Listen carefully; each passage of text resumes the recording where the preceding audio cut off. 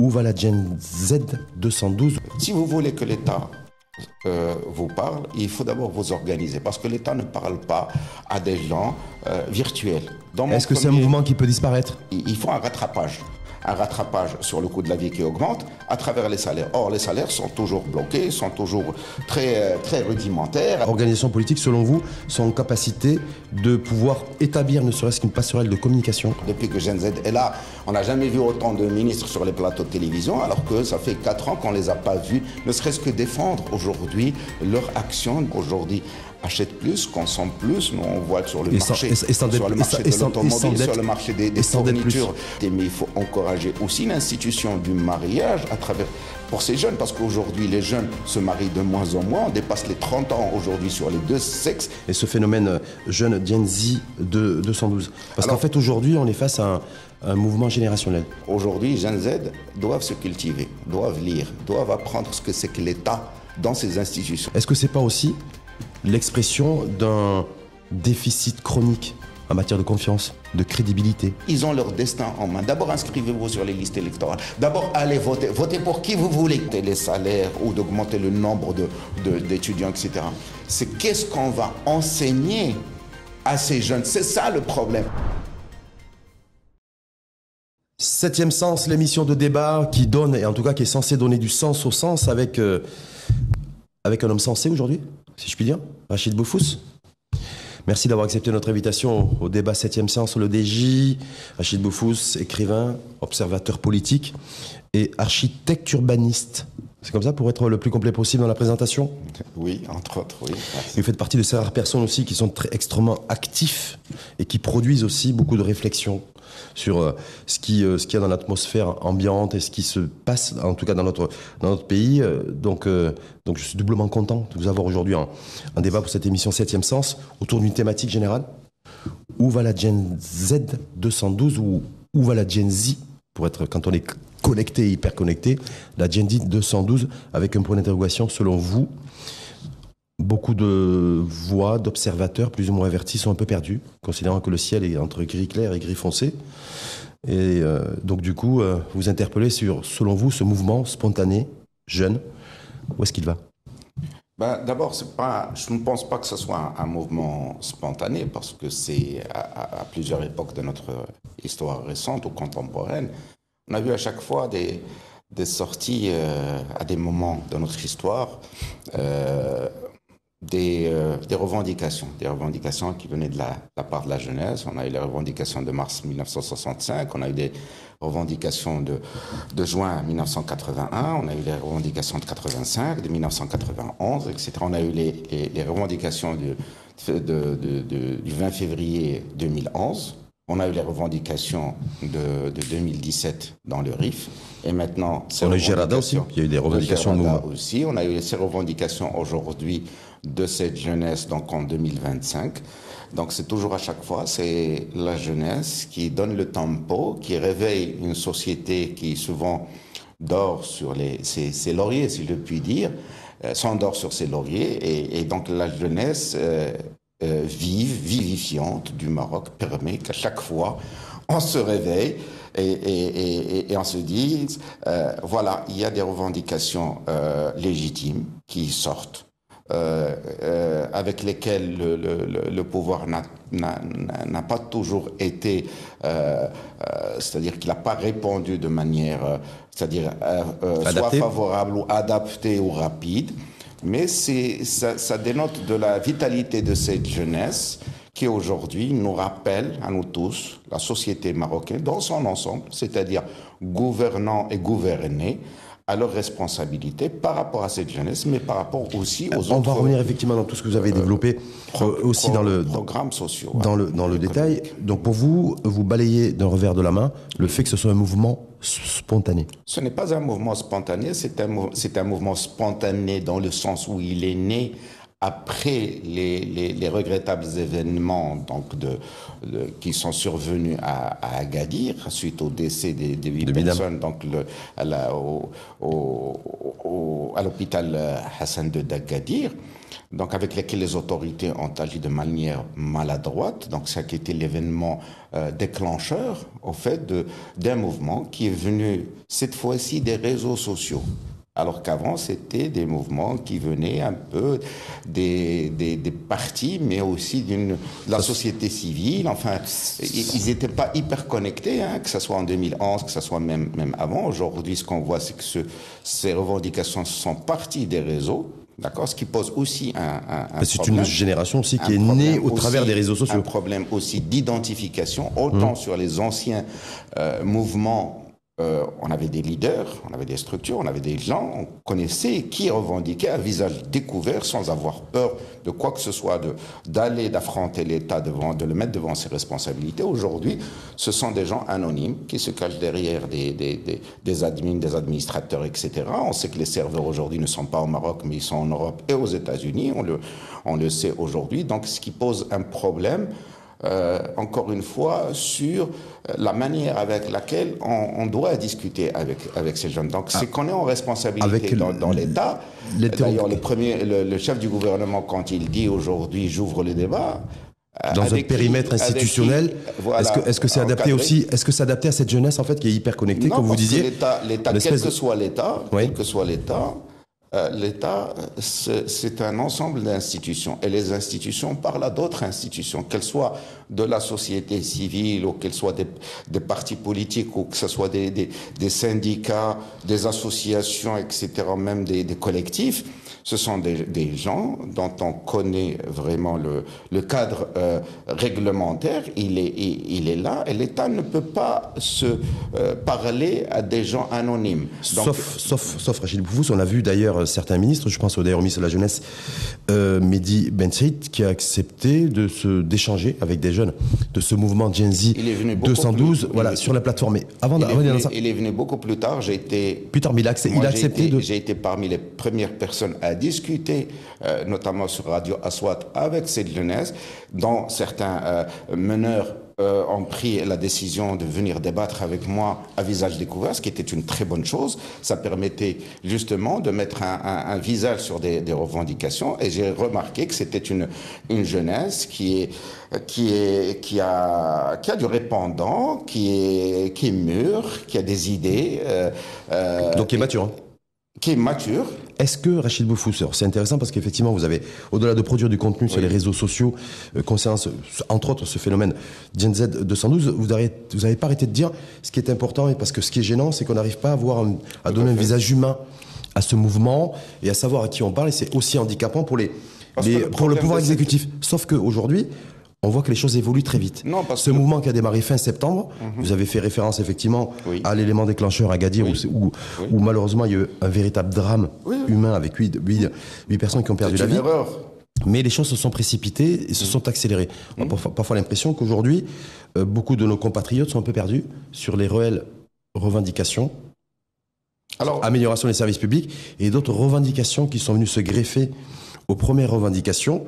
Certains vont jusqu'à aujourd'hui, pas crier à la théorie du complot, mais disent mais quelles sont les réelles intentions et motivations et idéologies qu'il pourrait y avoir qui seraient dans cette dynamique de ce mouvement Gen Z 212. Alors, ce qui pose problème aujourd'hui avec ce mouvement, effectivement, c'est cette question de non-identification donc des leaders, parce que l'État encore est perdu, enfin le gouvernement, enfin toutes les institutions de l'État, parce qu'ils veulent bien discuter, mais avec qui? Parce que ces jeunes toujours restent dans un système totalement horizontal, donc pas de leader, pas de... C'est le modèle. C'est le modèle, Rachid Boufous. C'est leur modèle. C'est un modèle, mais aussi, c'est un modèle qu'on peut restituer dans l'histoire. C'est l'agora, c'est une agora moderne, mais qui nous renvoie à des agoras qu'on a vues très longtemps, notamment à travers l'histoire, dans la Rome antique ou même dans la Grèce antique. Mais tout le monde parle de tout. Rien. Il n'y a pas de structuration des idées. Il n'y a pas un cadre global. Il n'y a pas des revendications qui sont bien cadrées, qui sont bien étudiées, etc.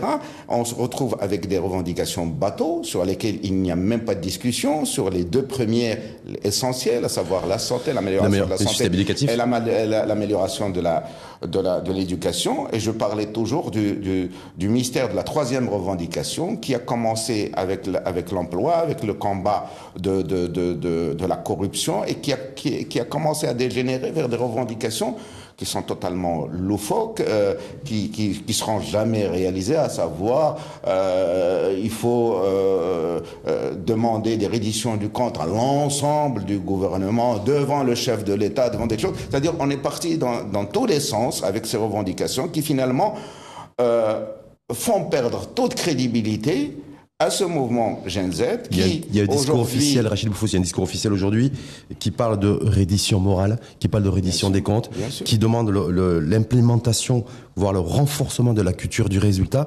Ça veut dire que fondamentalement, personne n'est resté sourd à ces revendications que vous qualifiez, vous, un peu de bateaux qui partent un peu dans tous les sens. Mouvement qui a démarré le 27 septembre. Oui. Donc ça fait à peu près 3 semaines, grosso modo. Oui, tout à fait. Est-ce qu'aujourd'hui, c'est un mouvement qui pour vous, c'est reconstruit, c'est réadapté, c'est réaligné, et que fondamentalement, se cherche aussi peut-être, et recherche un second souffle, mais qu'on ne sait pas trop en fait, véritablement, qu'est-ce qui peut déboucher de tout cela, et que ce qui apparaît aujourd'hui, c'est de se dire, est-ce que tout est possible? Est-ce que c'est un mouvement qui peut disparaître? Lors de mon premier débat avec cette jeunesse à la radio, j'avais dit justement, dès le 28 ou le 29 septembre, juste après les premières manifestations et tout, j'avais dit qu'il faut... Je m'étais adressé à ces jeunes qui étaient avec moi sur le plateau, mais avec eux, à tous les jeunes, et on a parlé en darija, donc avec une langue, c'est-à-dire à bâton rompu et sans langue de bois. Je leur disais, si vous voulez que l'État vous parle, il faut d'abord vous organiser, parce que l'État ne parle pas à des gens virtuels, derrière leur ordinateur, derrière leur serveur, derrière leurs choses. Donc, organisez-vous d'abord. Si vous dites aujourd'hui que vous êtes 3-4 millions de jeunes, y compris les NEETs, les fameux jeunes qui n'ont aucune formation, etc. D'abord, regroupez-vous dans des associations ou même dans des partis, parce qu'aujourd'hui, la loi sur les partis ne demande que 5 000 adhérents. Moi, vous êtes 1 million, vous pouvez même aujourd'hui avoir plus de voix même que le parti qui est arrivé en tête, à savoir le RN aux dernières élections, qui s'est fait élire sur 1,5 million de voix. Donc aujourd'hui, si vous voulez vraiment prendre votre destin en main, allez-y, mais à travers les institutions marocaines, à l'intérieur des institutions marocaines. Il ne faut pas aller en marge, parce qu'encore une fois, si on va en marge et puis ça va être que des vociférations et des cris, et à la fin on n'entend plus qui dit quoi, l'État ne répondra jamais. Aucun État au monde ne répond à des gens anonymes, même s'ils sortent dans la rue, d'accord? Il y aura toujours des manifestations, et j'espère encore que les manifestations qui vont venir, qui ont été annoncées par Gen Z, soient toujours pacifistes. Pour le samedi d'ailleurs 18, mais c'est le mot d'ordre. Parce que encore une fois, c'est important qu'il n'y ait pas de dégradation aux biens d'autrui, parce que quand ils détruisent des biens, ce sont les biens de leurs parents, de leurs cousins, de leurs oncles, etc. Donc aux gens qui sont comme eux et qui réclament aussi ce genre de réformes. Réclamer aujourd'hui ces réformes fondamentales, c'est normal dans une société qui respire de la vitalité, dont la jeunesse s'intéresse aux problèmes sociétaux, aux problèmes économiques. C'est bien, ça dénote que les jeunes ne s'intéressent pas qu'au jeu, s'intéressent aussi à la politique et au bien-être général, tant mieux. Maintenant, il y a un travail à faire à travers les partis qui sont justement assujettis par l'article 7 de la Constitution pour encadrer la jeunesse, encadrer la population. Il y a un déficit d'encadrement des partis politiques qui est bien antérieur à 2025. D'abord que le premier travail vienne des partis pour essayer d'encadrer et d'essayer déjà de calmer cette colère et dire qu'il reste les meilleurs endroits. Est-ce qu'ils sont en capacité de le faire aujourd'hui? Est-ce que ces partis politiques, ces organisations politiques, selon vous, sont en capacité de pouvoir établir ne serait-ce qu'une passerelle de communication avec ces jeunes-là, c'est-à-dire parler le même langage, d'une part, et de pouvoir aussi être suffisamment crédible et légitime c'est les piliers invisibles de notre modèle démocratique également, pour pouvoir effectivement établir un véritable échange durable. Je pense que les partis politiques marocains sont capables aujourd'hui d'encadrer. Vous pensez, vous n'êtes pas sûr? Je ne suis pas sûr dans le sens où... Vous avez vu tous les passages télévisés aujourd'hui qui sont produits, où on a vu des jeunes, on a vu beaucoup plus de révélations de jeunes qui se sont exprimés, qui ont pris la parole avec responsabilité et maturité, beaucoup plus que d'avoir eu du personnel politique en capacité de pouvoir apporter des réponses concrètes aux interrogations concrètes qui ont été posées. On les a vus, ces jeunes, débattre à bâton rompu avec Sénézar Baraka, avec plusieurs ministres. Avec plusieurs ministres aussi. S'ils ont montré un esprit de maturité extraordinaire, donc ils maîtrisent plus ou moins leur discours. Maintenant, le fait de demander plusieurs choses donc à l'État, au bout d'un moment, l'État aussi a ses priorités. C'est sûr qu'il faut réorienter les budgets publics vers d'autres priorités. Il n'y a pas que le foot, il n'y a pas que les grands projets, il y a aussi ce redéploiement des fonds publics vers les régions, vers les couches sociales sinistrées. C'est d'ailleurs ce qu'a dit Sa Majesté le Roi dans son discours devant le Parlement, qui prend note de cela et il dit qu'il justement, dans sa continuité, encore une fois, Sa Majesté a toujours eu une continuité dans son discours. D'ailleurs, dans le discours de juillet dernier, il parlait de ce Maroc à deux vitesses.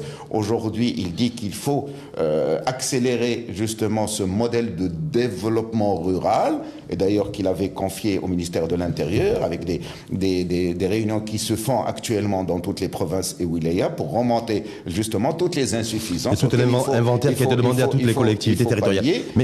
Et pour y orienter les budgets nécessaires. Mais cela, l'État le fait de manière, c'est-à-dire sereine, raisonnable, dans le calme. D'accord ? Aujourd'hui, moi, ce que je reproche au gouvernement, c'est son manque de communication depuis 4 ans, un manque criant de communication, alors que depuis une dizaine d'années, nous avons aujourd'hui une économie qui se redresse petit à petit. Tous les paramètres sont au vert. Hein, l'inflation est maîtrisée. Nous allons sur une croissance qui est intéressante. Les indicateurs macro. Sauf que les indicateurs micro, qui sont aussi à l'origine, me semble-t-il, de ce mouvement spontané du Gen Z 212. Ces indicateurs globaux au macro, ils engendrent aussi des indicateurs micro qu'on ne peut pas voir tout de suite, mais on le voit dans le développement, par exemple, du PIB au Maroc, qui a triplé en 25 ans.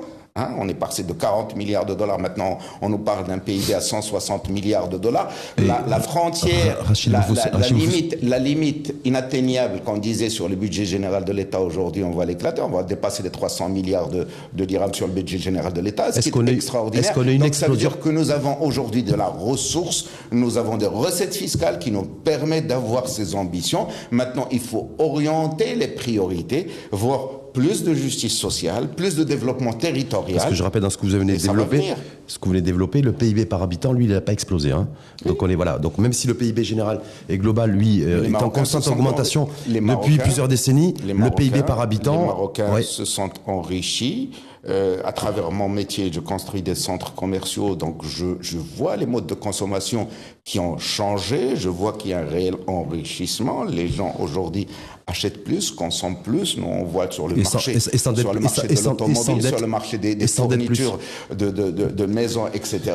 On le voit aujourd'hui. Il ne faut pas le nier. Mais le problème, c'est que tous ces gouvernants, depuis 2011, ne communiquent pas sur tous ces acquis. Effectivement, qu'il y a des manques, effectivement, qu'il y a des choses, mais on ne révolutionne pas. Un pays multiséculaire comme le Maroc, en très peu de temps, ça ne fait que 70 ans que nous sommes indépendants. La machine est lourde chez nous, c'est ça en fait. Ce que tu es en train de dire, elle est très lourde. Elle est très lourde. Est-ce qu'elle est trop lourde ?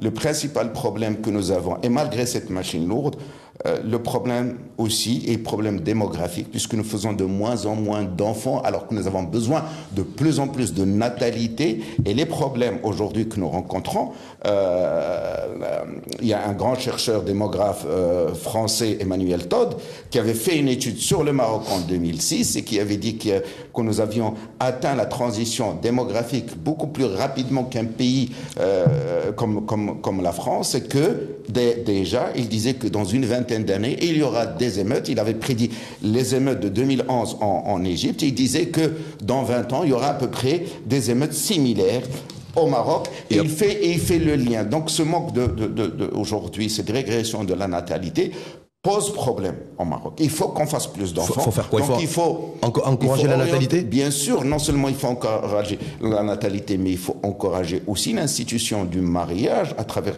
pour ces jeunes, parce qu'aujourd'hui, les jeunes se marient de moins en moins. On dépasse les 30 ans aujourd'hui sur les deux sexes. Alors pourquoi? Parce qu'il y a des problèmes économiques. Là où je demanderais à l'État d'orienter des aides vers justement les jeunes, de les aider à fonder des familles, de les aider à acquérir des logements, de les aider à avoir des enfants, parce que nous avons besoin aujourd'hui d'une nouvelle génération qui va payer nos propres retraites et qui n'existe pas aujourd'hui. Est-ce que tout ça a comme condition et comme préalable essentiellement, Rachid Boufouz, d'avoir pour ces jeunes-là qui sont désireux d'acheter une maison ou un appartement ou d'acheter une voiture ou de fonder un foyer, c'est d'avoir une perspective.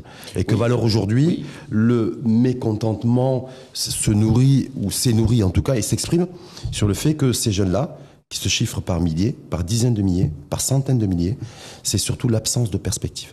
Oui. Et que là, est-ce que ça c'est difficile aujourd'hui pour un pays comme le nôtre, pour un État qui est le nôtre, pour l'exécutif qui est aux responsabilités, mais l'opposition aussi qui a aussi une responsabilité, comme l'a rappelé le souverain dans son discours, c'est comment offrir une perspective. Alors, moi en tant qu'urbaniste,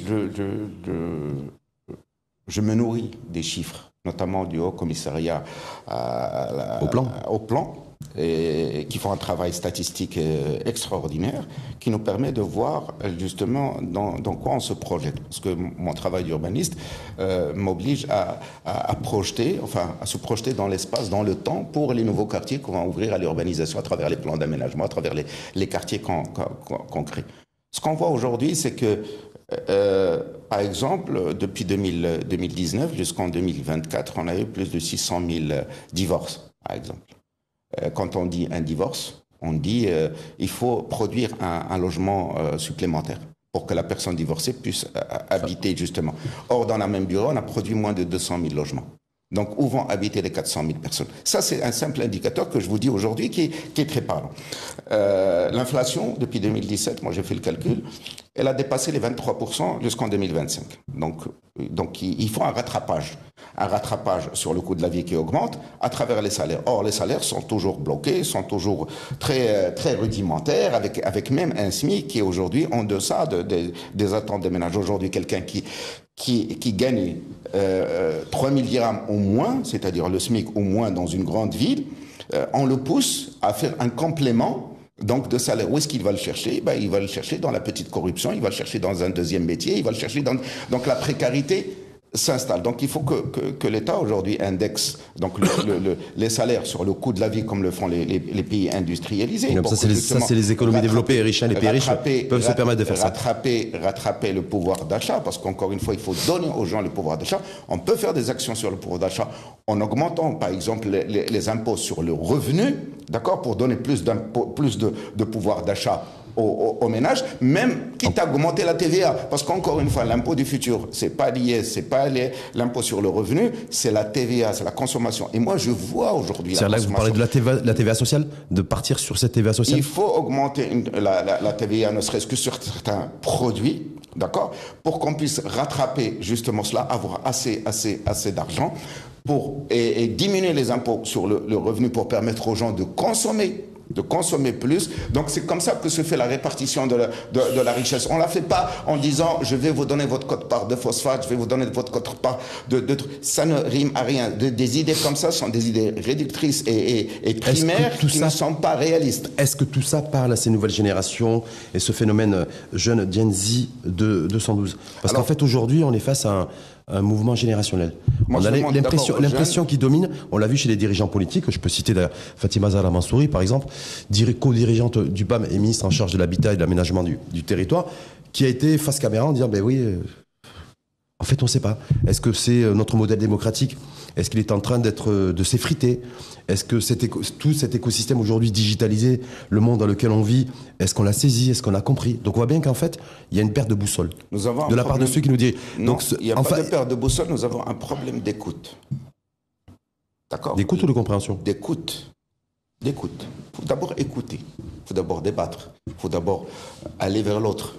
D'accord? Quand on est aujourd'hui, comme je vous ai dit, depuis 4 années, le gouvernement n'a absolument pas communiqué. Moi, je le vais souvent sur les plateaux. Les ministres refusent de venir. Les directeurs, ils intiment même à leur propre directeur de venir débattre sur les plateaux. Alors, qu'est-ce qu'on demande aujourd'hui? S'ils refusent la contradiction, s'ils refusent le débat, d'accord? Et aujourd'hui, il y a un surplus de débatteurs sur les plateaux de télévision, comme par hasard, hein, depuis que Gen Z est là, on n'a jamais vu autant de ministres sur les plateaux de télévision, alors que ça fait 4 ans qu'on les a pas vus, ne serait-ce que défendre aujourd'hui leur action, de dire aujourd'hui le bien fondé de leur politique, notamment de leur politique publique. Et d'un autre côté, les jeunes, aujourd'hui, Gen Z, doivent se cultiver, doivent lire, doivent apprendre ce que c'est que l'État dans ces institutions. Parce que moi, quand je discute avec eux, et je discute avec eux depuis 15 jours, je vois qu'ils ont beaucoup de lacunes. Donc, ils connaissent même pas qui fait quoi dans l'État. C'est-à-dire du fonctionnement institutionnel de chaque institution. Mais bien sûr, pour au moins diriger leurs revendications. Parce qu'encore une fois, ils mélangent un peu le tout dans une soupe incompréhensible, et on ne comprend rien à ce qu'ils disent. C'est-à-dire, au-delà des premières revendications qu'ils donnent, qui sont audibles, d'accord, tout le reste, le développement intellectuel de leur discours, il laisse à désirer, parce qu'il n'a pas une armature intellectuelle. C'est des jeunes, hein. Quand vous avez été jeune comme moi. À un moment, oui, j'ai été jeune, mais on était un peu comme ça, non, je pense. Nous n'avions pas Internet. Oui. Nous n'avions pas les réseaux. Mais aujourd'hui, il vous suffit de rentrer sur Internet pour que vous ayez toutes les encyclopédies, toutes les universités, tout le savoir universel aujourd'hui est à portée de clic. D'accord? Donc, avant de parler, d'abord, il faut se renseigner, il faut d'abord lire, d'accord? Et comprendre dans quelle société nous vivons avant de commencer à parler de ces choses-là. Je ne suis pas contre ce qu'ils disent. Bien sûr que je suis avec leurs revendications. Là, j'ai bien compris, mais en fait, tous les Marocains sont avec leurs revendications, mais il faut structurer le discours. Il faut qu'il ait un arrière-fond intellectuel basé sur des idées claires et non pas simplement botter en touche et parler sur des généralités et surtout utiliser des raccourcis. On utilise souvent des raccourcis au Maroc, ce qui est dommageable. Pas qu'au Maroc, c'est aujourd'hui, ça oui, mais c'est la culture du digital et la génération du zapping. Or, là, on parle de choses sérieuses, d'accord, quand on veut s'adresser à l'État, d'accord, aux institutions, y compris aux partis, etc. Il faut structurer le discours. Il faut qu'il y ait un minimum de bagage intellectuel. Aujourd'hui, on voit bien, je sais pas, il faut peut-être pas trop en demander, mais ça, c'est un avis que chacun a trop à cette jeunesse, parce que vous, comme moi, on a été jeunes, même si on n'avait pas Internet, on n'est pas de la génération Internet. Mais en même temps, aujourd'hui, on voit bien qu'il y a une précarité générationnelle, qui est une réalité chiffrée. Bien vous avez fait référence à ces différentes institutions comme le HCP, bien sûr, le CESE, parfois même la Cour des comptes, parfois aussi la Banque centrale avec Abté Joualé. Il y a une vraie précarité générationnelle qui est là, qui est devant nous, à laquelle... Il n'y a pas de communication intergénérationnelle, c'est différent. C'est-à-dire que les gens qui sont au pouvoir aujourd'hui, ils sont trop vieux dans le sens intellectuel. Ils ont certainement des enfants qui ont 17 ans, 18 ans, 19 ans et qui sont avec cette génération de Gen Z. Même avec leurs enfants, ils parlent pas parce qu'ils se sont débarrassés de leurs enfants en les connectant sur les jeux, en les connectant sur les plateformes, en les connectant sur les smartphones et donc sur les écrans. iPads. Et ils se sont débarrassés au fait d'eux. Donc ce qui fait qu'il n'y a plus de communication intergénérationnelle. Et ça a débordé le champ institutionnel pour venir sur la place publique. Et même ces jeunes de Gen Z, ils communiquent pas avec leurs propres parents parce qu'ils sont eux-mêmes omnibulés par toute cette technologie, ils passent plus de temps, plusieurs heures, on parle aujourd'hui, il y a les statistiques sur Internet, plus de 5 heures, 6 heures, jusqu'à 7 par heures jour. C'est-à-dire devant un écran, sans avoir de lien social, sans parler avec son voisin, sans parler avec la société. C'était des nouvelles formes de sociabilité aussi d'aujourd'hui. Aujourd'hui, ils parlent dans un monde virtuel à des gens qu'ils ne voient pas à travers, par exemple, Discord, etc. Ce sont des gens qui sont peut-être à des milliers de kilomètres d'eux. Mais pourquoi ils ne prendraient pas le temps juste de sortir devant leur maison, de discuter avec leurs amis, d'avoir des liens de sociabilité? C'est ce qu'ils ont fait au début, non? Normaux. C'est ce qu'ils ont fait au début. Ils sont sortis, des groupements de personnes avec des revendications. Ils se découvrent parce qu'ils ne se connaissaient même pas, parce qu'ils étaient derrière des écrans. Maintenant, ils se découvrent sur la place publique chaque jour quand ils manifestent. Maintenant qu'il faut créer un nouveau mode de communication, Ne serait-ce qu'au niveau de la génération Gen Z, déjà qu'elles communiquent entre elles à visage découvert. Et après, bien sûr, il faut une communication intergénérationnelle. Il faut qu'il y ait des gens, aujourd'hui des gens sages, d'un certain niveau, d'un certain âge, qui puissent aussi Vous pensez qu'il n'existe pas dans ce mouvement? Est-ce que dans ce mouvement... Qui fasse le lien entre cette génération et les gouvernants qui ont un autre... Il y a différentes personnes qui ont été invitées par ce mouvement d'ailleurs à venir s'exprimer. Je pense à Najib Qasbi, économiste. Oui. Je pense à Yabouk El-Jamei. Il y aura demain, je crois savoir, Ahmed Reda Benchemsi, le fondateur de l'hebdomadaire tel quel est Nishan. Mais sur ce qu'on a vu et entendu jusqu'à présent... Ce sont toujours des personnages clivants. Au-delà des profils de ces personnes-là, les échanges et les contenus... Dans un discours à la limite nihiliste, qui sont toujours ils sont dans leur discours assez... dans la négativité, négation. Dans la négativité vis-à-vis de l'État. Non, il faut aujourd'hui avoir des gens avec un discours calme, un discours serein, où l'ennemi, ce n'est pas l'État, l'ennemi, ce ne sont pas les jeunes, c'est qu'il y a juste un manque de communication intergénérationnelle. Il faut les ramener à travers des voix sages. Justement, ça, je voulais pas revenir sur les socioprofils, en tout cas, qui ont participé à des échanges suite à l'invitation du mouvement Gen Z 212, sauf qu'effectivement, ils sont dirigés vers un type de profil. Est-ce que c'est pas aussi l'expression d'un déficit chronique en matière de confiance, de crédibilité, et qui fait qu'aujourd'hui, aujourd'hui peut-être que ces personnes-là... D'abord, les jeunes Z, s'ils veulent avoir aujourd'hui plus de crédibilité, qu'ils invitent pas simplement ces personnages, enfin clivants comme j'ai dit, mais qu'ils invitent aussi des chefs de partis politiques, des patrons d'associations, enfin des patrons industriels, etc., qu'il y ait un peu plus de débat, qui ne soit pas simplement orienté dans une négation vis-à-vis de l'État, vis-à-vis des carences de l'État, mais aussi accepter de débattre avec des gens qui n'ont pas forcément ces idées, mais qui ont d'autres idées novatrices, qui ont d'autres idées. Je ne les vois pas aujourd'hui inviter des hommes politiques. Mais eux, apparemment, ils ne les voient pas non plus. Donc c'est pour ça qu'ils femmes politiques. Ils préfèrent se diriger. Ils trouvent tout de suite les adresses de ces personnages. Ils ne trouvent pas les adresses des hommes politiques. Il faut arrêter au bout d'un moment. Donc il faut arrêter avec ce discours qui dit qu'aujourd'hui, nous sommes les bons et eux, ce sont les méchants. Non, c'est pas comme ça que ça pose. C'est-à-dire, si on est prêt au débat, il faut accepter toutes les idées, même des idées qui peuvent aujourd'hui aller à l'encontre des idées de Gen Z. Donc il faut accepter le débat contradictoire. Pourquoi en même temps on demanderait et on exigerait à la Gen Z 212 d'être pour la diversité des profils, la diversité des opinions, alors qu'eux-mêmes considèrent que ceux qui sont aux responsabilités ou qui l'ont été ont toujours été très sectaires dans leur approche et dans l'exercice de leurs fonctions. Il ne faut pas dire les choses comme ça. Encore une fois, les gens... C'est un peu le ressenti qu'il peut y avoir chez certaines personnes. Il faut qu'on arrête avec ce discours qui dit qu'aujourd'hui, non, l'État et enfin justement les partis politiques sont remplis de voleurs et de méchants, etc. Le tous pourri, hein, c'est facile d'avoir ce raccourci par rapport aux institutions de l'État. Moi, je dis que c'est non. Il ne faut pas aller dans ça parce que c'est trop facile. Aujourd'hui, les gens qui sont arrivés au pouvoir à travers les institutions, que ce soit les hommes politiques, les femmes politiques, etc., ils ont été élus. D'accord ? Quand nous voyons que le corps électoral, aujourd'hui, sur les dernières élections, il était de 17 millions, qu'il n'y ait que 8,7 millions de votants, et qu'il n'y a eu que 8,5 millions de votants, et qu'il n'y a que 7 millions de voix exprimées. Où est parti le reste ? C'est-à-dire ces jeunes aujourd'hui qui parlent de cela, ils ont leur destin en main. D'abord, inscrivez-vous sur les listes électorales. D'abord, allez voter. Votez pour qui vous voulez, mais votez. Et accomplissez d'abord votre devoir citoyen avant de venir de sortir ils vont vous renvoyer pour avoir quel droit ? Parce que là, en fait, clairement, on est en train de leur demander de remplir leur devoir, notamment ce devoir de citoyen d'aller voter lorsqu'il y a une élection électorale. Eux, depuis 3 semaines, ils revendiquent l'exercice et la reconnaissance de leurs droits. Donc on voit bien en fait qu'on est dans deux hémisphères qui n'arrivent pas à communiquer parce que déjà en fait le logiciel n'est pas du tout le même. Je suis désolé. Quand on parle de devoir, eux ils parlent de droit. Je suis désolé, c'est Rachid. L'État ne leur doit rien du tout. Moi, je reviens toujours à la maxime de John Kennedy, l'ancien président des États-Unis.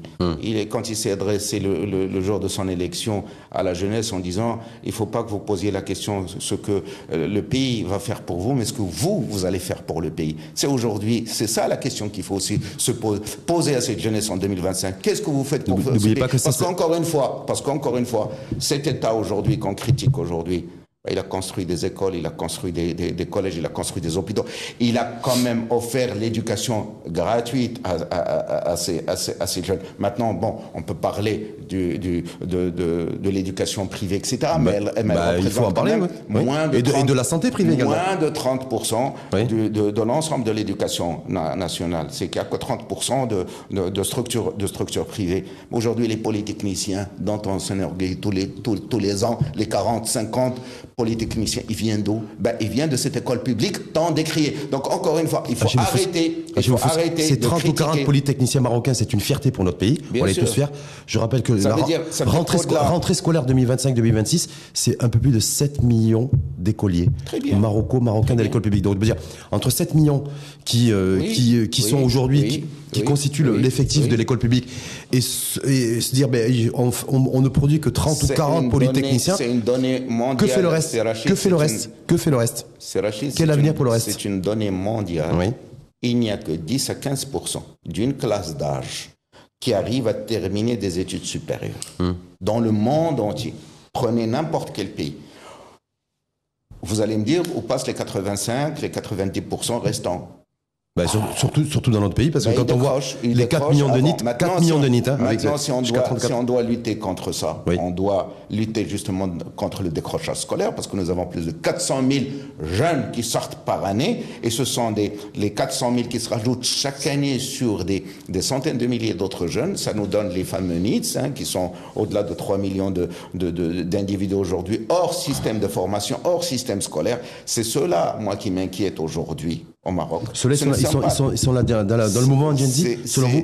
Est-ce qu'ils sont dans le mouvement Gen Z de sorte de... Parce que beaucoup considèrent, oui, il y a cette précarité générationnelle avec les NEET, mais... dans la frange qui détruit, pas dans la frange pacifiste, je pense, mais toujours est-il qu'aujourd'hui... Pourquoi ils sont plus en colère que les autres? Oui, bien sûr, parce qu'ils disent que l'État les a abandonnés, etc. Bon, l'État n'a pas assez de moyens pour tout faire. C'est bien que nous avons des carences. Effectivement, en matière de formation, en matière d'éducation, les réformes qu'on devait faire il y a 40 ans, c'est maintenant que nous les faisons. D'accord? En matière de construction des instituts de formation, par exemple. C'est maintenant que nous faisons les villes de formation, enfin les cités de la formation, etc., alors que nous aurions dû les faire il y a 30 ans. Donc il va falloir entre 15 et 20 ans pour avoir les fruits. Voilà, il faut encore une génération pour pouvoir... Donc ça va aller au-delà de 2030. Pour récupérer. Maintenant... les carences aujourd'hui par rapport à ce que je vous ai dit tout à l'heure, qu'il n'y avait qu'une classe d'âge effectivement qui arrive à faire des études supérieures avec lesquelles elles puissent vivre après, avec des diplômes, c'est-à-dire capables de leur fournir un vrai travail. Ça ne veut pas dire que les autres qui décrochent ne trouvent pas de travail, parce qu'encore une fois, les gens travaillent. On voit aujourd'hui, ne serait-ce que le dynamisme de l'économie informelle. Il y a quand même 40% de cette économie aujourd'hui qui est quand même dirigée par des gens qui sont non traçables. C'est quand même, en grande partie, ces jeunes en font partie. Maintenant, les revendications des jeunes sont légitimes, mais maintenant, il faut changer de paradigme. Il faut mettre l'éducation au plus haut sommet de la pyramide des revendications, de la pyramide non seulement des revendications mais aussi des salaires. Des pays qui ont réussi comme la Corée du Sud, ils ont mis les plus hauts salaires, ce sont les gens de l'éducation. Mais maintenant le problème c'est pas d'augmenter les salaires ou d'augmenter le nombre d'étudiants, etc. C'est qu'est-ce qu'on va enseigner à ces jeunes. C'est ça le problème. Parce que si on reste encore une fois dans une éducation généraliste, avec des cours généralistes qui mènent nulle part et qui ne servent absolument à rien du tout, nous allons continuer à produire, d'accord, des gens qui vont décrocher, des gens qui vont pas trouver d'avenir, même si on augmente les salaires, même si on augmente le nombre d'écoles, etc. Donc c'est vraiment, dans ce qu'on appelle le curricula, c'est ce qu'on enseigne aux gens, qui est important. Et si aujourd'hui, il faut enseigner plus de mathématiques, plus de sciences humaines, D'accord. Des matières qui Mais ça, ouvrent... c'est pas les matières qui vont permettre de répondre aux Mais ce besoins sont des économiques matières- d'aujourd'hui et de demain. Ce sont des matières. Les besoins aujourd'hui, économiques, Monsieur Rachid, ce sont des matières qui ouvrent l'esprit. Parce qu'encore une fois, les gens qui réussissent aujourd'hui sont des gens qui ont pas simplement des super diplômés, ingénieurs, etc. Vous les avez certainement rencontrés aussi. Vous avez des super diplômés qui ne savent pas aligner une phrase correcte. Donc, il faut... Et certains qui sont au chômage, qui n'ont pas d'emploi. Il faut un enseignement. On met au centre les sciences humaines, d'accord, la philosophie, la littérature, mais aussi les sciences. Ça permet d'ouvrir l'esprit de l'individu, ça permet d'ouvrir la curiosité des individus. C'est ça qui fait que les gens vont vers l'inventivité, vont vers la création d'entreprises, etc. Petit rappel, si vous permettez, c'est que les premiers instigateurs, en tout cas visibles, du mouvement Gen Z, c'était fin septembre et début octobre, puisqu'il y a une pause qui a été faite juste avant le discours du souverain. C'était essentiellement entre eux ce qui convergeait, le dénominateur commun, ils ont tous fait des études. Oui. Donc en fait, on voit bien qu'aujourd'hui, la version 2025 de la protestation, de la revendication, c'est des jeunes éduqués qui ont un certain niveau d'acquisition de savoir et de connaissances. Des autres manifestations, les autres années, ils étaient aussi éduqués. Sauf que c'est des revendications politiques. Là, c'est des revendications beaucoup plus ciblées sur les services publics.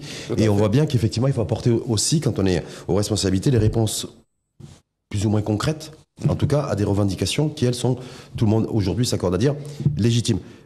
La Gen Z 212, dans un post que je crois il y a quelques jours, vous disiez une colère sans projet, en faisant référence directement à ce mouvement Gen Z 212, n'ira nulle part. Est-ce qu'aujourd'hui, pour vous, Rachid Boufou, c'est un mouvement qui est limite mort-né? Oui. Ou est-ce que certains considèrent que c'est un mouvement qui est bien incrusté, bien implanté dans le paysage, plus qu'un acteur médiatique et réseaux sociaux, un nouvel acteur politique qui est en capacité, ou en tout cas qui a été en capacité en 3 semaines, de bousculer l'ordre politique établi, de bousculer les écuries politiques, des corps intermédiaires également, et qui fait qu'aujourd'hui, en fait, grosso modo, ils ont renversé la table, et qu'on ne sait pas ce qui peut advenir demain ou après-demain avec ce mouvement, et surtout, s'il n'y a pas de réaction à la hauteur des revendications de ces jeunes-là. Si cette Gen Z 212 continue sur sa lancée comme elle le fait aujourd'hui, où le discours est en train de s'embrouiller dans tous les sens, ça va être comme une grippe passagère, ou comme un rhume passager. C'est-à-dire on l'aura oublié dans 3 mois, dans 6 mois. Or aujourd'hui, comme vous l'avez très bien dit, ils ont réveillé la société marocaine sur des choses essentielles que nous avions mises de côté parce que nous avions d'autres priorités, notamment sur les infrastructures, notamment sur l'organisation de la Coupe du Monde, de la Coupe d'Afrique, etc. Et que nous ne voyons pas assez ces revendications comme étant prioritaires. Aujourd'hui, elles deviennent prioritaires dans le sens où elles reviennent sur le débat avec force. Mais toujours est-il que, je le dis et je le répète, c'est une jeunesse qui aujourd'hui se révolte, mais n'a pas de projet. Donc il faut d'abord... C'est de la révolte ou de la colère? Aujourd'hui, c'est de la colère, il y a eu de la révolte aussi. Maintenant, c'est une révolte aussi intellectuelle par rapport à un ordre qu'ils ne veulent pas, parce qu'il y a plus d'injustice, il y a plus de laisser pour compte, etc. C'est naturel qu'ils aient eu... Parce que c'est de leur avenir qu'il s'agit. Encore une fois, ils veulent se prendre en charge, mais il faut qu'ils se structurent. S'ils ne se structurent pas, s'ils ne créent pas leur propre structure, qu'elle soit partisane ou associative, s'ils ne s'insèrent pas dans les partis et qu'ils aillent eux-mêmes chambouler les partis, s'ils ne votent pas alors que c'est leur devoir, pas simplement leur droit, mais leur devoir civique de voter, d'accord, pas de voter blanc, mais de voter. D'accord, voter pour un parti, pour un représentant, pour des... voter blanc, c'est s'exprimer. Hein. Oui, mais exprimer la colère pour justement dire non, je ne suis pas d'accord, ça ne sert à rien. Il faut être, encore une fois, il faut être constructif. Qu'est-ce qu'on va fabriquer, encore une fois? Il suffit pas excusez-moi l'expression, de gueuler, de crier dans la rue, de vociférer. Il faut construire. D'accord? C'est difficile.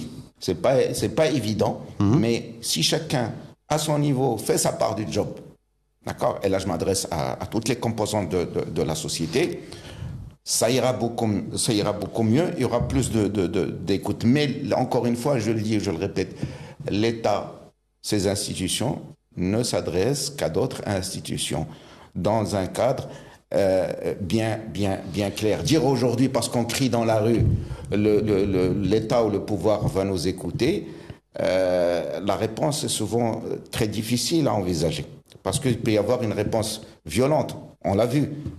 L'État peut envoyer les forces de l'ordre. C'est toujours malheureux de devoir en arriver là. Et je regrette d'ailleurs qu'on en soit arrivé là avec les événements d'Agadir, qu'on aurait pu vraiment régler, ne serait-ce qu'avec la sortie d'un responsable local, discuter avec la population et lancer les premières enquêtes sur l'hôpital, chose qu'on n'a pas faite. On n'a toujours pas les résultats de l'enquête d'ailleurs. Il y a une réponse sécuritaire. Vous savez qu'on n'a toujours pas les résultats de l'enquête. Le déclencheur. Il y aura une réponse, il y aura des lampistes qui vont payer comme à chaque fois. Non, il faut aujourd'hui changer les choses en profondeur. Comme par hasard, depuis qu'il y a eu tout ce remue-ménage, aujourd'hui, l'hôpital d'Agadir est devenu très performant. Les gens n'attendent plus. Très performant. En tout cas, il y a un scanner qui fonctionne. C'est ce que disent les gens à partir d'un temps de T0, il n'y avait rien du tout. Et maintenant, on les reçoit, on les prend en charge. Et encore une fois, à côté de cela, il y a un CHU à Agadir qui est fermé depuis 1 an et demi, avec les gens qui ont été nommés, qui sont payés tous les jours, mais qui n'est pas ouvert. Donc, encore une fois, il faut ouvrir ces structures. D'accord ? Il faut mettre de la rigueur là où il n'y en avait plus. En tout cas, ce mouvement Gen Z 212, il ne vous fait pas peur. Vous ne faites pas partie de ceux théories du complot en disant on ne sait pas trop. Parce que vous savez, il y a des Marocains comme vous et moi qui disent on a eu Jabarot il y a quelques mois avec des attaques cybersécurité, avec un label du voisin de l'Est. Et puis on ne sait pas en fait au fil des semaines. Et puis aujourd'hui, beaucoup d'interrogations se disent, en fait, est-ce qu'effectivement, c'est pas un mouvement interne? Ça, c'est des choses qui se disent aussi. On a eu beaucoup d'attaques. En catimini. On a eu beaucoup d'attaques qui sont venues de l'étranger. Ouais. Ça, c'est sûr. Comme tous les pays du monde en cybersécurité, c'est le lot de tous les pays. Avec un pays aujourd'hui qui réalise un changement économique important, avec de nouvelles alliances, notamment avec la Chine, avec la Russie, avec un certain nombre de. Ça dérange beaucoup de puissances, même parmi nos amis. Il ne faut pas l'oublier. Hein. Il ne faut pas dire simplement que nous avons des amis. Ce pas des amis qui nous veulent forcément du bien tout le temps. Hein, parce qu'on les dérange en Afrique. Tout dépend des intérêts du moment. On les dérange en Afrique, on les dérange dans plein de choses. Mais encore une fois, nous produisons nous-mêmes notre propre sous-développement. D'accord ? Nous produisons nous-mêmes, c'est-à-dire de la production locale, des problématiques dont nous discutons. Aujourd'hui, ce n'est pas un Jabarut ou un serveur étranger financé par nos voisins ou par d'autres puissances qui nous veulent du mal qu'on a eu des problèmes à l'hôpital. Donc c'est un problème maroco-marocain. C'est encore une fois une production marocaine. Donc Gen Z 212, c'est maroco-marocain. Je ne dis pas cela, je ne le sais pas. Aujourd'hui, on nous dit que les serveurs sont à l'étranger, que les principaux admins sont à l'étranger, notamment en Belgique et notamment aux États-Unis.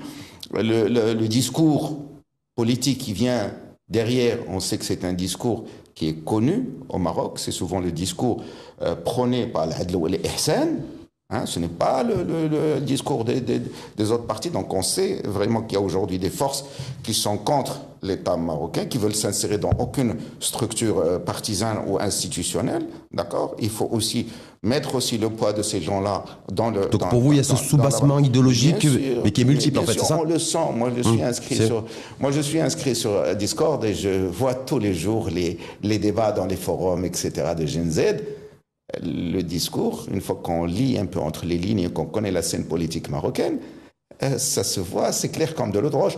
Mais toujours est-il que, n'empêche que les gens sont libres de dire ce qu'ils veulent, jusqu'à un certain niveau. Faut pas non plus manquer de respect aux institutions de pays, mais accepter... Ça s'est jamais produit encore ? Non, il y a eu des appels qui sont quand même assez violents sur Discord et des choses qui sont... Mais en tout cas, tous les communiqués officiels, même pas sur tous les communiqués officiels qui sont sortis de la part du mouvement Gen Z 212, me semble-t-il, il reste extrêmement correct. C'est ça le double visage aujourd'hui, et ce qui se dit dans leur... Donc vous méfiez de ce mouvement ? Mais bien sûr, parce qu'il y a beaucoup de manipulation. Du moment qu'un serveur est ouvert à tout vent, N'importe qui peut rentrer, on peut être soumis à une manipulation interne ou externe. Donc, qui nous dit qu'aujourd'hui que les gens qui collaborent et qui lancent ces discours de violence ne viennent pas d'ailleurs ou ne viennent pas de ces puissances qui nous veulent du mal? Donc, encore une fois, des puissances externes et internes. Hein. Donc, certains considèrent que ce discours-là n'est pas recevable, hein, qu'il y a une vraie problématique de malaise générationnel, de vraies revendications qui sont légitimes et que oui, dire directement ou indirectement que c'est des pays qui nous veulent du mal, c'est pas recevable. Ce discours n'existait pas avant les événements d'Agadir. Vous ne voyez pas, aucune revendication. On le voyait pas, mais est-ce que c'était pas ambiant? Justement, on n'a pas été en capacité de le voir. Et que quand c'est sorti, on s'est retrouvé complètement perdus, les uns et les autres. Dans les forums, même pas dans les forums, dans les réseaux sociaux, depuis plusieurs années. Moi, je suis très présent sur les réseaux sociaux, notamment sur Facebook, et je lis toutes les pages qui arrivent sur mon fil d'actualité. On a des discours très limites, c'est-à-dire contre l'État, contre les institutions, etc., etc. C'est-à-dire, ça dure enfin, pas forcément, mais en tout cas pour plus de dignité, pour plus de justice sociale, pour plus d'emplois, pour une meilleure école. Vous avez aujourd'hui des malades mentaux qui sur les réseaux en Europe, etc. On les voit tous les jours sur TikTok, etc.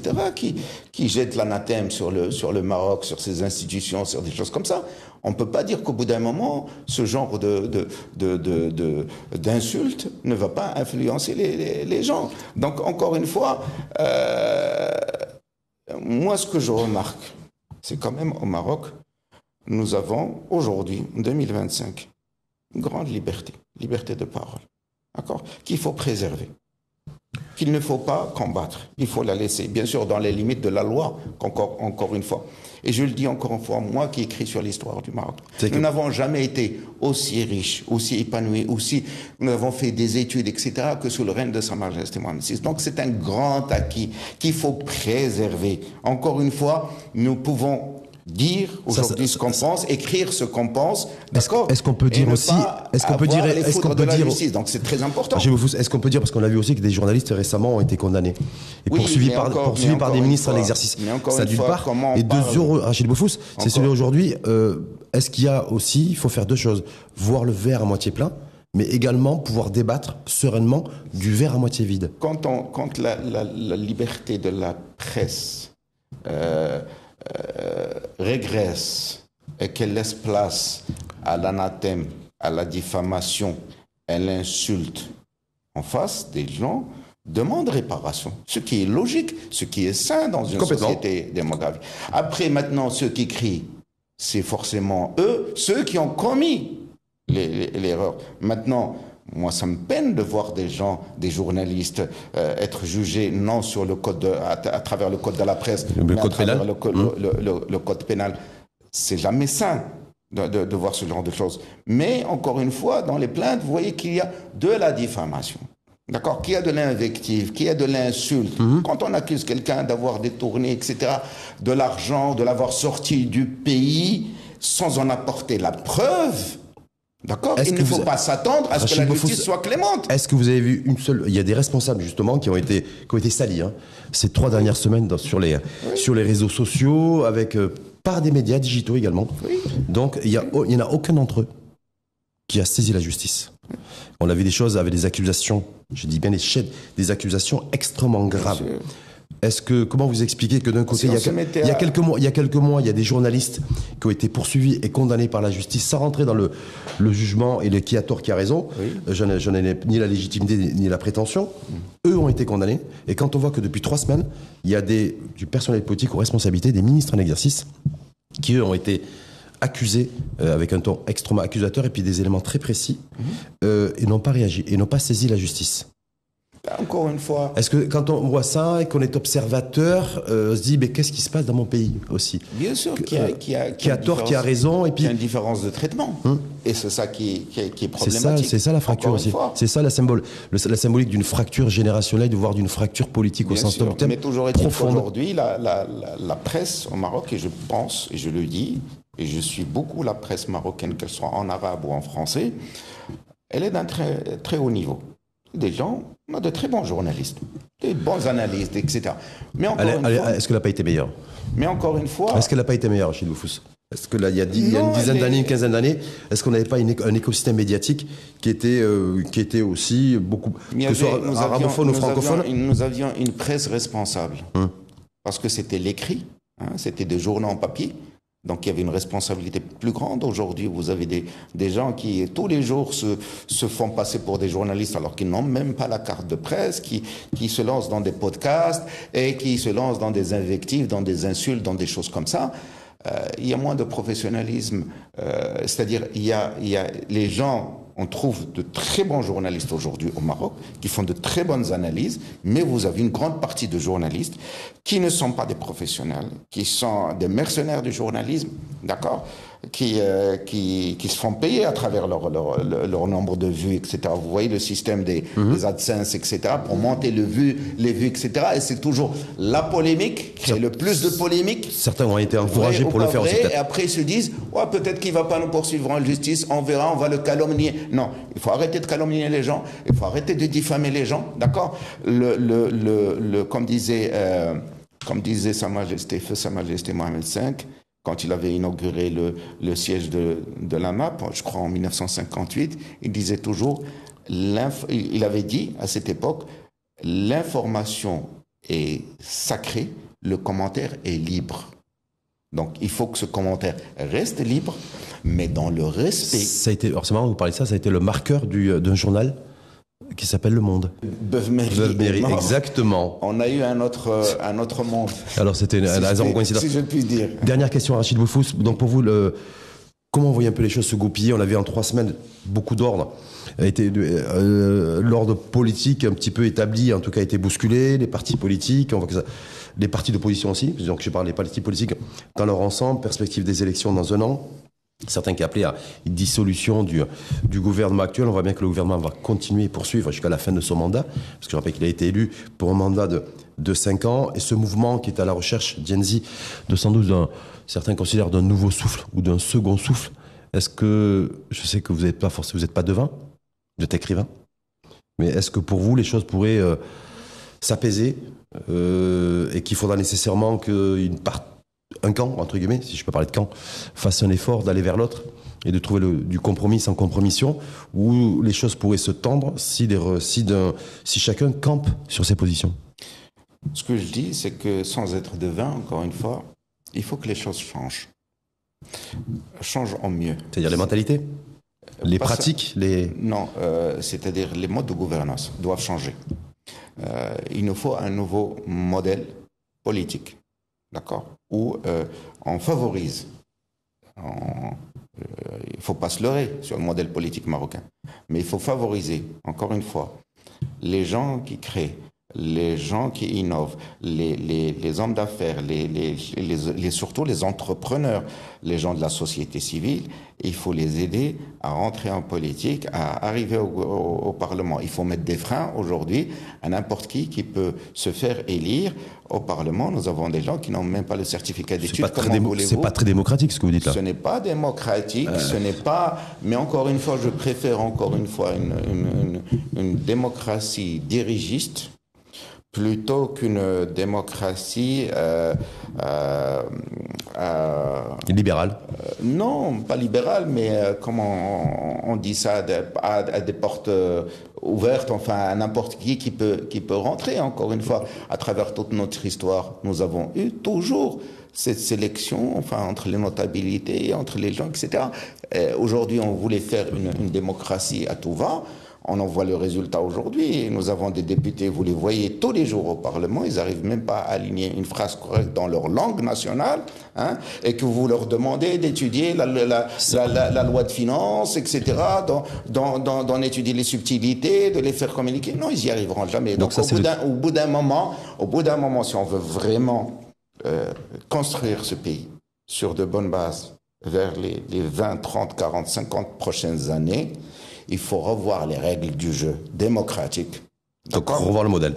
Il faut revoir notre modèle démocratique également. Le modèle démocratique, mais aussi le modèle de gouvernance. Et il faut déconcentrer, encore une fois, la gouvernance centrale vers la gouvernance locale. Et il faut mettre en œuvre cette régionalisation avancée que demande Sa Majesté depuis plusieurs années. On ne peut la faire qu'avec de nouvelles élites, avec des élites formées qui peuvent vraiment diriger les régions. Parce que sinon, si on n'y arrive pas, on va continuer encore une fois, et dans 5 ans, dans 10 ans, on va avoir la gène AA, la gène BB, etc., qui va venir.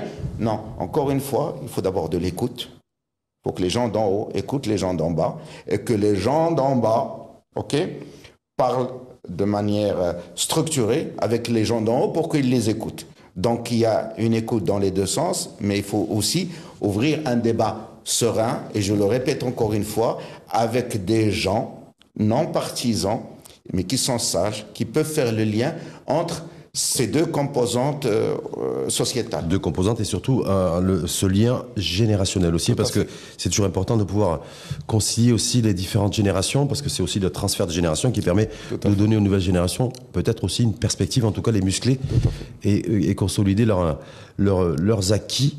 Non pas que leurs acquis académiques. Merci infiniment, Rachid Boufossou. C'était un plaisir.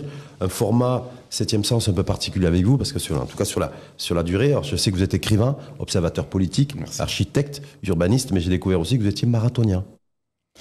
Marathonien, ça dépend. Qu'est-ce qu'on appelle dans l'effort intellectuel, dans la. Ah, ça, il n'y a pas de souci. Voilà. En tout cas, je découvre ça aujourd'hui. Moi, j'adore parler de quelque chose qui me tient à cœur, sur laquelle j'écris, à savoir la civilisation marocaine. La dernière fois, j'ai parlé pendant 8 heures dans un cercle, justement dans un salon littéraire. Et au bout de 8 heures, les gens m'ont dit non, il faut encore continuer. Je leur ai dit, écoutez, 8 heures de parler de 30 siècles de civilisation marocaine, c'est quand même un record. J'adore parler, j'adore discuter, j'adore débattre, j'adore échanger. Et encore une fois, c'est comme ça qu'on avance. C'est dans la diversité des idées, c'est dans le débat calme et serein qu'on arrive à avancer. Pas avec des discours ou des positions fanatiques. Merci infiniment, Rachid Boufossou. On va attendre un petit peu voir le déroulé de ces choses, de ce qui peut se passer ou ce qui va se passer. Je reste confiant sur ce qui attend, sur la réaction des jeunes, parce qu'encore une fois, ils ont compris que avoir recours à la violence ne sert à rien, donc il faut rester pacifique. Et je pense qu'aujourd'hui, ça bouge un peu à l'intérieur des institutions étatiques. En tout cas, on voit bien que ça bouillonne un petit peu partout. Et puis ce passage du discours de Sa Majesté au niveau du Parlement a été très important, notamment sur le développement donc des zones rurales. C'est très important parce qu'aujourd'hui, c'est là où se fera le futur du Maroc, parce qu'encore une fois, ce sont ces zones rurales délaissées qui nous causent le plus de problèmes, le plus de retard. C'est là où il faut redéfinir aujourd'hui les priorités donc de l'État et donc du gouvernement. Et j'espère, si on arrive à mettre en place des outils pour redéployer l'investissement public vers ces zones, ça sera notre plus grand gain. Avec un investissement d'ailleurs, c'était dit pendant le discours du souverain, un investissement public qui soit évalué et qui soit impactant et rentable. Tout à fait. Merci infiniment, Rachid Boufossou. Merci. À très bientôt. 7e sens, à suivre sur la chaîne l'ODJ TV et à réécouter sur R212, la web radio des Marocains du monde.